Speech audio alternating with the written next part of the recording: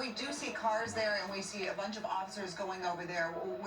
And before we saw the protesters running back and forth because everywhere they turned, tear gas was being thrown. But Maxie, we're just confused because we had state officials who called our desk and said that this group will not be arrested because they were in a peaceful protest.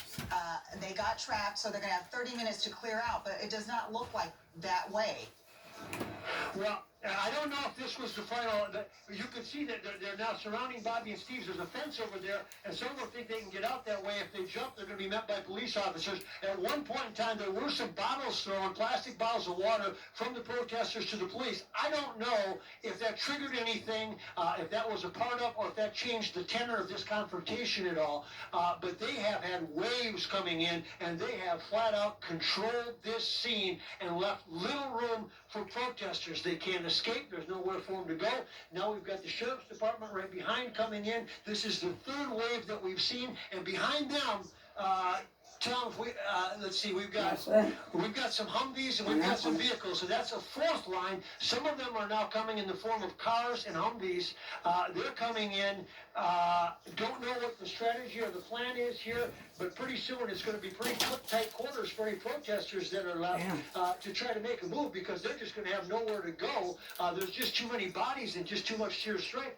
You can see police officers now getting out of their cars. They've got a staging area back there where they have even more. So they are very committed to this mission and this cause. I don't know if they identified this as one of the hot spots tonight, but they are fortified with bodies, and they are fortified with Humvees, and they are fortified with people. And I don't think these protesters, I think they will go peacefully, because they are going to have absolutely no options in a matter of minutes here. No, they have nowhere to go. We saw them lying down. Of course, you know, these folks are committed. They're here because of the death of Mr. Floyd on Monday evening, and they made some conscious decisions to say we want to be civilly disobedient, and they're practicing that right. The government says we can't have the chaos and the problems that we've seen, and that's why the curfews are in effect, and this is a curfew being enforced right now. And these are other folks who are very committed to their cause, who we saw sitting down earlier, who are very well willing to go to jail in the effort of what they're doing, trying to see some change. I don't want to speak for them. I don't know what it is, but we do know what sparked that, and that was the death of George Floyd on Monday night. And we're now six days in, and it's been a chaotic 6 days, but they're really changing the tenor of things tonight. That's the protest group kind of huddled right in the middle, and this is a really big line of law enforcement literally circling them. You hear the term circle of wagons. This is the circle of police officers surrounding all these protesters, dead center in your screen. Oh, yeah. Maxie it says that he can talk to us. Have you found out anything else, Maxie? Yeah, you can see it. There's the protesters in the middle. They're sitting down. They've got some have bicycles. They're not going anywhere. That's the bottom line. And they're going to have to choose how they exit here. But you can see this. They're going to slowly walk in. Is that more tear gas that's just been let go there? I can't tell for sure. And there's another wave of police officers coming behind them, and I can see them right now. They've got billy clubs, and they're walking up from behind. So they've done this each and every stop. They come, and they get to the line. They don't incite anything.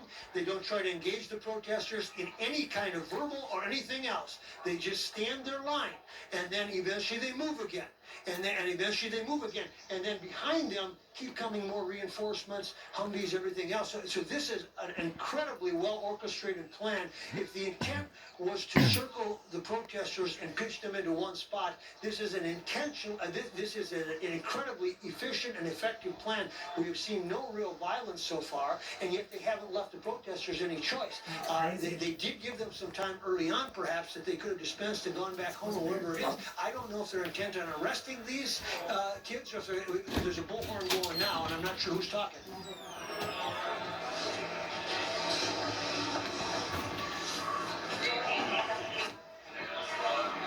Can you hear what they're saying, Maxie? Yeah, I can't hear what they're saying. I heard something about arrest, but I didn't hear if they're leaving them an option to leave now or they will be under arrest. I didn't hear if they're giving them that option or not. Well, in a strange move, Mike, the state government, don't know specifically, state control count. Hang on a second here. All right.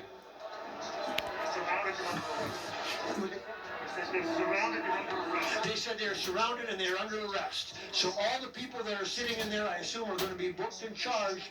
This is what's left. But that was the announcement that we heard from the State Patrol on the megaphone, that you are now considered under arrest. How the protesters react to that, I don't know. And I don't know what the plan is in terms of how they're going to book them.